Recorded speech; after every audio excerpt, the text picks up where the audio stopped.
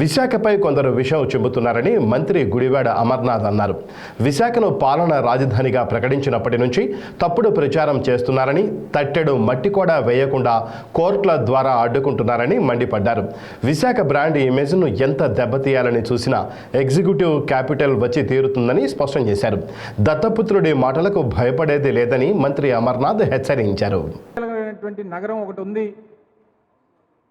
ఆసియాలోనే అత్యధికంగా అభివృద్ధి చెందుతున్నటువంటి, అత్యంత వేగంగా అభివృద్ధి చెందినటువంటి నగరాల్లో ఒకటైనటువంటి విశాఖపట్నం లాంటి నగరం ఒకటి ఉంది. మనం కూడా ఈ నగరాన్ని ఆ రకంగా తయారు చేసుకుందాం.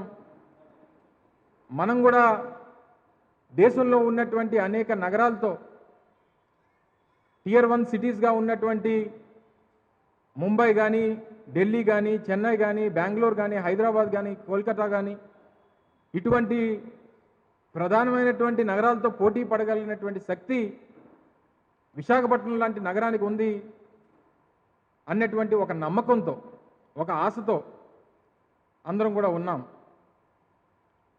మరి అటువంటి నగరాన్ని గడిచినటువంటి రాష్ట్ర విభజన జరిగిన తర్వాత జరిగినటువంటి మొదటి ఎన్నికల్లో చంద్రబాబు నాయుడు ముఖ్యమంత్రి కావడం, ఇటువంటి నగరానికి చేయూతనివ్వాల్సినటువంటి సందర్భం ఉన్నప్పటికీ తాను కొనుక్కున్నటువంటి భూములకి రేట్లు రావాలని, నూతనంగా ఏర్పడేటువంటి ఒక రాజధాని ఏర్పాటు చేసి అక్కడ భూములు కొనుగోలు చేసి రియల్ ఎస్టేట్ చేద్దాం అన్నటువంటి ఉద్దేశంతో అమరావతి లాంటి ప్రాంతంలో తీసుకొని వెళ్ళి అక్కడ రాజధాని పెట్టడం, విశాఖపట్నం లాంటి నగరాన్ని పూర్తిగా శ్రద్ధ పెట్టకుండా వదిలేసినటువంటి సందర్భాలు మనందరం చూసాం. ఈరోజు విశాఖపట్నం నగరానికి మళ్ళీ కొత్త ఆశలు తీసుకొని వచ్చి ఈ ప్రాంతాన్ని, ఈ నగరాన్ని అభివృద్ధి చేయాలని, రాష్ట్రానికి కార్యనిర్వాహక రాజధానిగా దీన్ని చెయ్యాలని చెప్పి గౌరవ ముఖ్యమంత్రి జగన్మోహన్ రెడ్డి గారు నిర్ణయం తీసుకున్నటువంటి సందర్భాలు కూడా మీ అందరికీ తెలుసు.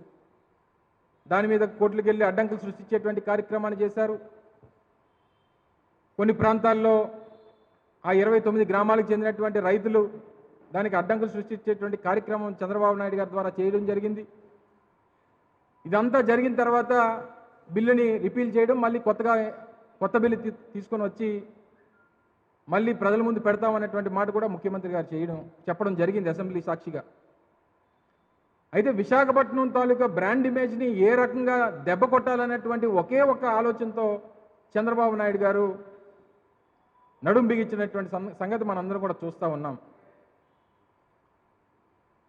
ఒకే ఒక్క అక్కసు, విశాఖపట్నం నగరం మీద ఆయనకున్నటువంటి అక్కసు ఏంటంటే, విశాఖపట్నం నగరం తాలూకా భూములు విలువలు పెరిగితే, విశాఖపట్నం అభివృద్ధి చెందితే, విశాఖపట్నం ఒక మహానగరంగా ఎదిగితే, విశాఖపట్నం దేశంలో ఉన్నటువంటి ప్రధానమైనటువంటి నగరాలతో పోటీ పడేటువంటి పరిస్థితి వస్తే, తాను కొనుగోలు చేసినటువంటి అమరావతి ప్రాంతంలో ఉన్నటువంటి భూముల తాలూకు విలువ ఎక్కడ పడిపోతుందనేటువంటి ఒకే ఒక్క ఆలోచనతో విశాఖపట్నం నగరం మీద విషం చిమ్మేటువంటి కార్యక్రమం చేస్తూ ఉన్నాడు.